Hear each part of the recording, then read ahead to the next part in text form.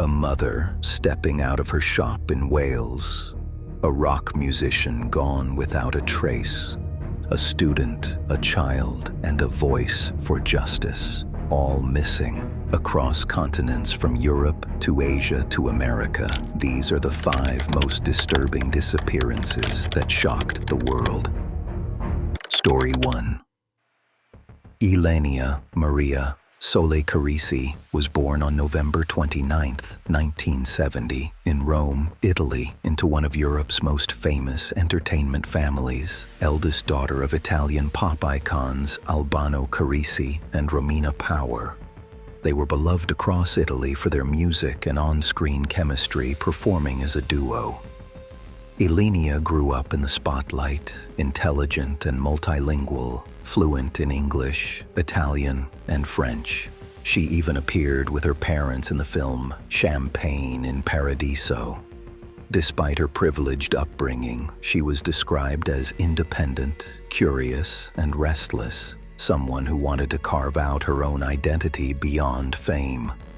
By her early 20s, Ylenia had studied literature at King's College London and had ambitions to become a writer. In late 1993, she set off on a solo backpacking trip across America, a journey meant for discovery, but one that would end in one of the most haunting missing person cases of the decade. Her travels eventually brought her to New Orleans, Louisiana, where she arrived in late December 1993. She checked into the Leedale Hotel, located 5 blocks from French Quarter, a place known for cheap rooms and a mix of musicians, drifters, and travelers. There, she met a 54-year-old street musician named Alexander Masak, with whom she spent much of her time. The two were often seen together around the French Quarter, and, according to witnesses, Ylenia seemed both fascinated and uneasy by the world she'd entered. The last confirmed sighting of Ylenia was on January 6, 1994. A security guard at Audubon Aquarium of the Americas, which is near the Mississippi River, reported seeing a young blonde woman resembling her sitting on a riverbank late at night. When he asked what she was doing, she reportedly replied, "I belong to the water." Moments later, she vanished from sight. Her belongings were later found left behind at the hotel. Despite extensive searches, no body was ever recovered. Her companion, Masakela, was questioned but released due to a lack of evidence. Theories about Ylenia's fate have persisted for decades. Some believe she may have drowned in the Mississippi River that night, a tragic accident fueled by exhaustion or despair. Others suspect foul play, possibly involving people she met during her travels. There are also those who believe she may have chosen to disappear voluntarily, overwhelmed by the pressure of fame and the weight of her family's expectations. In 2014, Ylenia was officially declared dead by her father, Albano Carrisi, a decision that her mother, Romina Powers, has never fully accepted. Romina continues to believe that Ylenia may still be alive somewhere, living under a new identity. The mystery of Ylenia Carrisi's disappearance remains one of the most haunting stories to come out of the 1990s, a tale of youth, freedom, and the shadows that can follow even the brightest lives. What really happened that night on the banks of the Mississippi River? The truth, like the river itself, continues to flow, deep, dark, and unresolved. Story 2.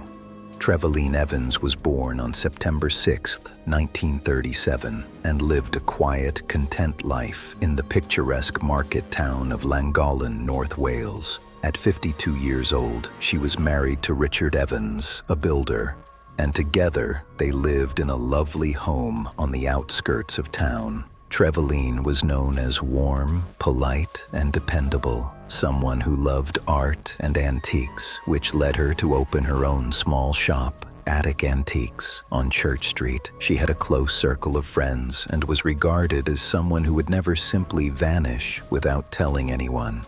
By all accounts, Trevaline's life was stable. Her husband was away working on their holiday home in the seaside town of Rudlin, and she spent her days managing her shop. But on June 16, 1990, everything changed.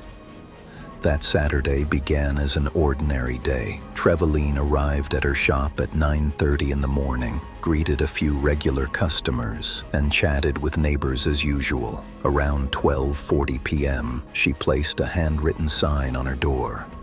Back in 2 minutes. She was last seen at 2:30 p.m. walking, carrying a plastic bag filled with fruit. A few minutes later, witnesses saw her walking near the River Dee, one of her favorite spots to stroll. That would be the last confirmed sighting of her. When she didn't return to the shop that afternoon, friends and fellow shop owners began to worry. Her car, a dark blue Ford Escort, remained parked nearby. Her handbag, car keys, and personal items were found inside the shop, untouched.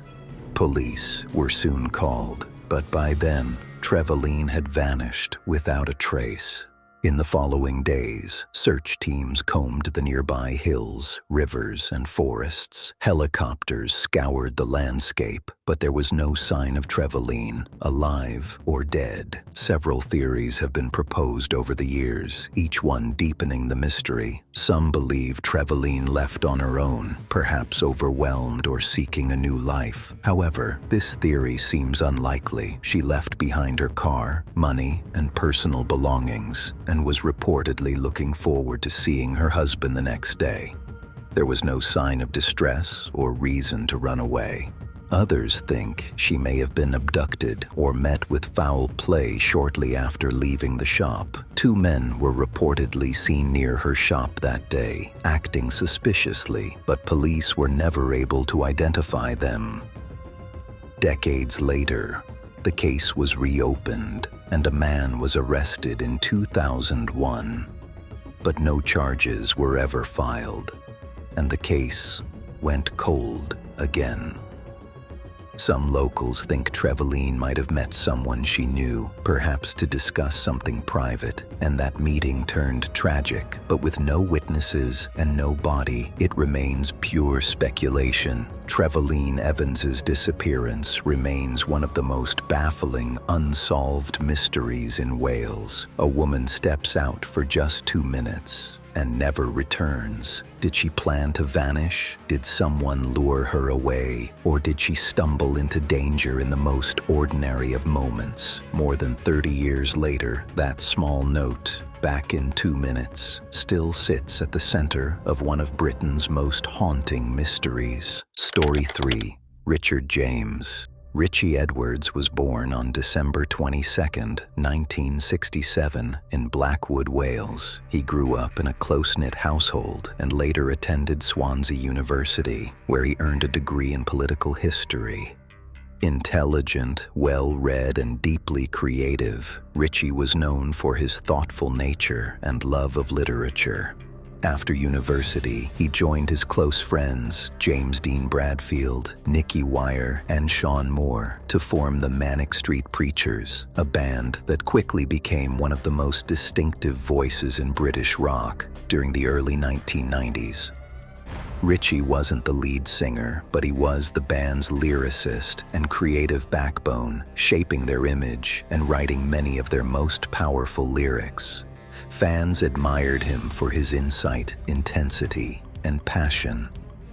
By 1995, the band was preparing for an American promotional tour. Everything appeared set for another chapter of success, but that week, Richey's life would take a turn that has remained a mystery for nearly 3 decades. In late January 1995, Richey began quietly preparing for the upcoming trip. During that time, he withdrew several £1,000s from his bank account and mailed personal items, books, and letters to friends. Gestures that seemed ordinary at first but would later raise questions. On January 31, 1995, Richey checked into the Embassy Hotel in London with his bandmate James Dean Bradfield. The two were scheduled to fly to the United States the following morning. Richey appeared calm and collected, even spending the evening chatting with staff and sorting through paperwork. The next morning, February 1st, around 7 a.m., Bradfield knocked on Richey's hotel room door, but there was no answer. Hotel staff confirmed that Richey had already checked out earlier that morning. He left the hotel quietly, carrying a small bag. That was the last confirmed sighting of him. 2 weeks later, police located Richey's silver Vauxhall Cavalier abandoned near the Severn Bridge, which connects England and Wales. Inside were his passport, credit cards, and personal photos, but no sign of where he'd gone.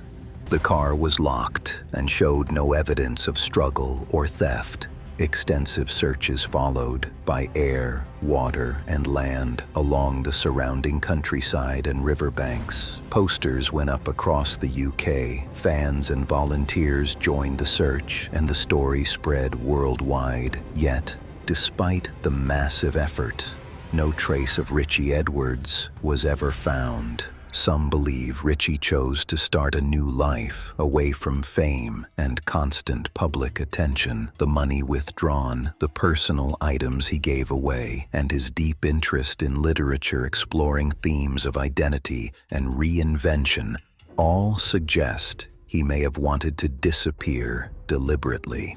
Over the years, unconfirmed sightings were reported in Spain, Goa, India, and the Canary Islands, describing a quiet man resembling Richey living abroad. Another theory is that something unexpected happened to him soon after he left the hotel, perhaps an accident or an encounter that led him to vanish without warning. The route between London and his hometown of Blackwood was long, and investigators could never confirm his movements after the morning of February 1st. A third theory suggests that the discovery of his car near the Severn Bridge might have been deliberate, perhaps meant to mislead investigators about where he went next. The area was heavily searched, but it's possible Richey traveled elsewhere afterward, leaving the car behind to create confusion.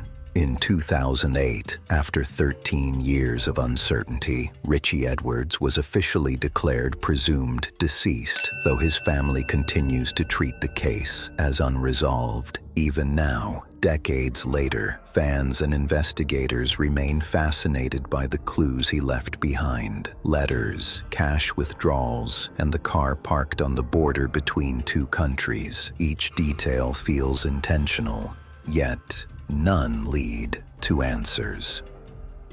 What happened after Richey walked out of that London hotel? Did he begin a new life somewhere far from the spotlight? Or did something else occur that no one has ever uncovered? The disappearance of Richey Edwards remains one of the most enduring mysteries in modern music history, a story that continues to echo through time, unanswered. Story 4. Kristen Deborah Modafferi was born on June 1, 1979, in Danbury, Connecticut, and raised in Charlotte, North Carolina. She was known for her intelligence, independence, and adventurous spirit. The second of 4 daughters, Kristen was deeply loved by her family. From a young age, she showed an interest in photography and art, creative pursuits that often reflected her curious nature and determination to explore the world around her.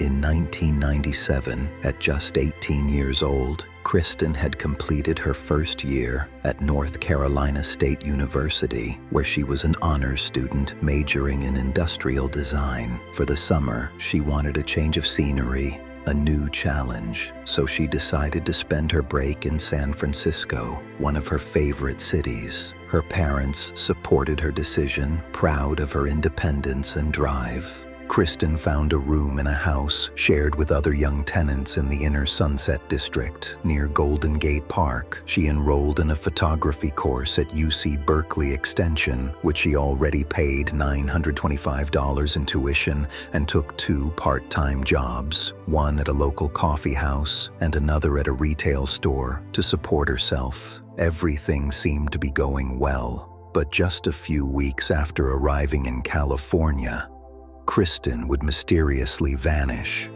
On Monday, June 23, 1997, Kristen finished her shift at the Spinelli Coffee Company, located inside the Crocker Galleria in downtown San Francisco. Co-workers later recalled that she clocked out around 3 p.m. in good spirits and mentioned plans to visit Baker Beach that afternoon, though she didn't say who she was meeting. Surveillance footage later showed Kristen withdrawing money from an ATM near her workplace around 3:45 p.m. That would be the last confirmed sighting of her. She never returned home that evening. When she failed to show up for work the following day, her friends grew concerned. 2 days later, her housemates contacted the police to report her missing. Her parents were alerted soon after. When authorities searched her room, they found all her personal belongings still there: her backpack, clothes, contact lenses, and even her plane ticket home. Nothing suggested she had planned to leave voluntarily. Despite extensive searches of San Francisco's coastal areas, including Baker Beach and nearby trails, no trace of Kristen Modafferi was ever found. Witnesses later came forward claiming they had seen Kristen with an unidentified blonde woman near Baker Beach on the day she vanished. Some described her as being in his 20s, possibly a fellow student, or someone she had recently met. Investigators looked into this lead, but the woman was never identified. Whether she was truly connected to Kristen's disappearance remains one of the most haunting questions in the case. Detectives also examined the house where Kristen lived. The residence was shared by several tenants, most of them strangers to her. Police found inconsistencies in some of their statements, particularly regarding when they last saw her. A cadaver dog later alerted to the scent of human decomposition in the basement, but searches found no physical evidence. The results were inconclusive, leaving investigators with even more uncertainty. Some believe Kristen met someone through a classified ad. She had reportedly responded to a newspaper listing offering free photography lessons, which may have involved meeting a stranger. This lead became one of the most discussed aspects of the case, suggesting that Kristen may have unknowingly placed her trust in the wrong person. However, police were unable to verify who placed the ad or whether she ever met them. Another theory is that Kristen may have been a victim of a random crime while exploring the city. San Francisco's coastal areas can be isolated in certain spots, and it's possible she encountered danger while traveling to or from Baker Beach. But no physical evidence ever supported this theory. For more than 25 years, the disappearance of Kristen Modafferi has remained one of California's most haunting unsolved mysteries. Despite national attention, television coverage, and multiple private investigations funded by her family, no concrete evidence has ever emerged to explain what happened to her that June afternoon. Her case remains open with the Oakland Police Department, and her parents have continued to search for answers, never giving up hope that one day someone might step forward with the truth. How does a bright, responsible young woman vanish in broad daylight in one of America's busiest cities without a single trace? Was Kristen lured away by someone she trusted, or did she stumble into danger by chance? To this day, the fate of Kristen Modafferi remains a mystery that continues to haunt San Francisco and everyone who still searches for answers. Story 5. Ben Needham was born on October 29, 1989, in Sheffield, South Yorkshire, England, to Carrie Needham and Simon Ward. Described as a happy and curious toddler, Ben was full of energy and loved exploring the world around him. He had bright blue eyes, blonde hair, and an infectious smile that made him instantly adored by his close-knit family. In 1991, when Ben was just 21 months old, his family decided to move temporarily from the UK to the Greek island of Kos. His grandparents had found work there and were renovating an old farmhouse in the rural area of Heracles, Herapido. The move was meant to be a peaceful change of pace, a chance for the family to live and work together under the sun.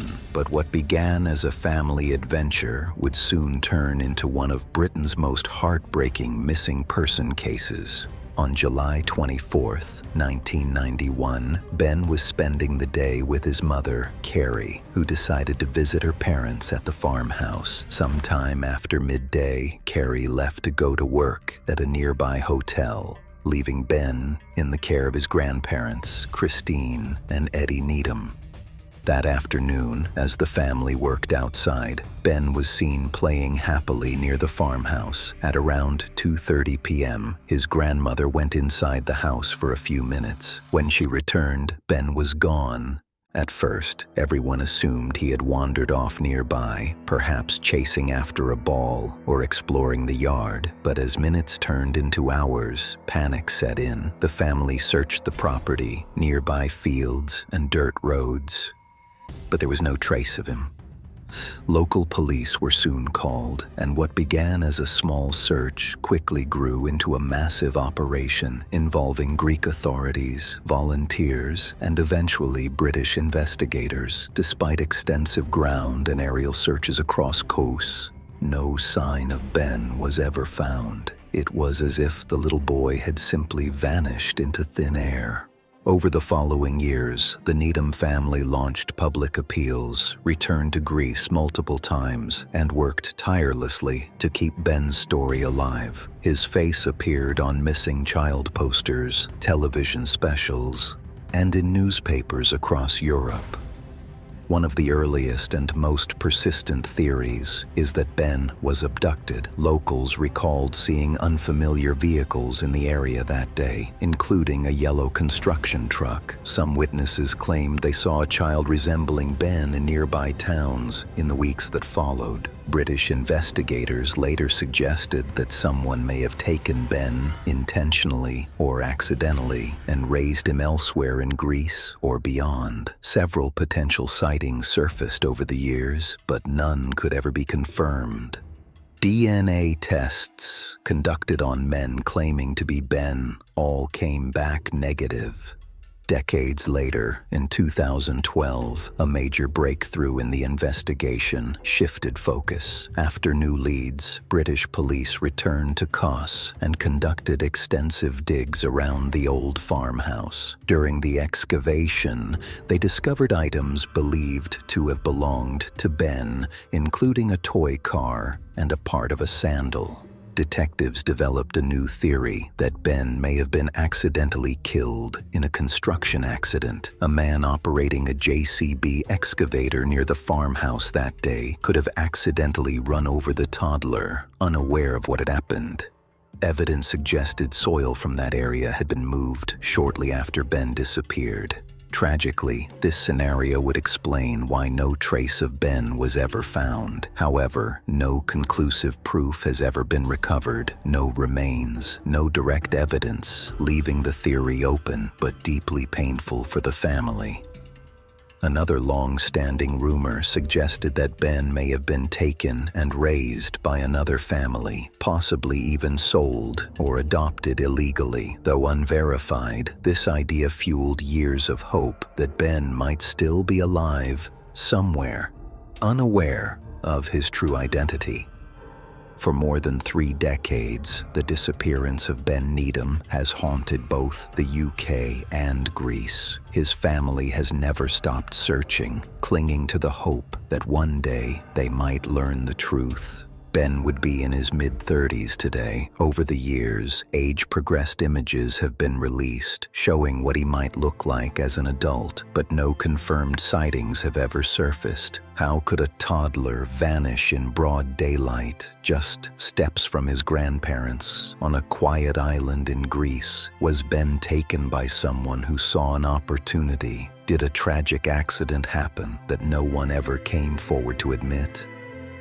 The island of Kos still holds its secrets, and the disappearance of Ben Needham remains one of the most enduring and heartbreaking mysteries of modern times. From Greece to Wales, from America to Bangladesh, their stories fade, but the mystery remains. No one simply disappears. Somewhere, the truth is still waiting to be found.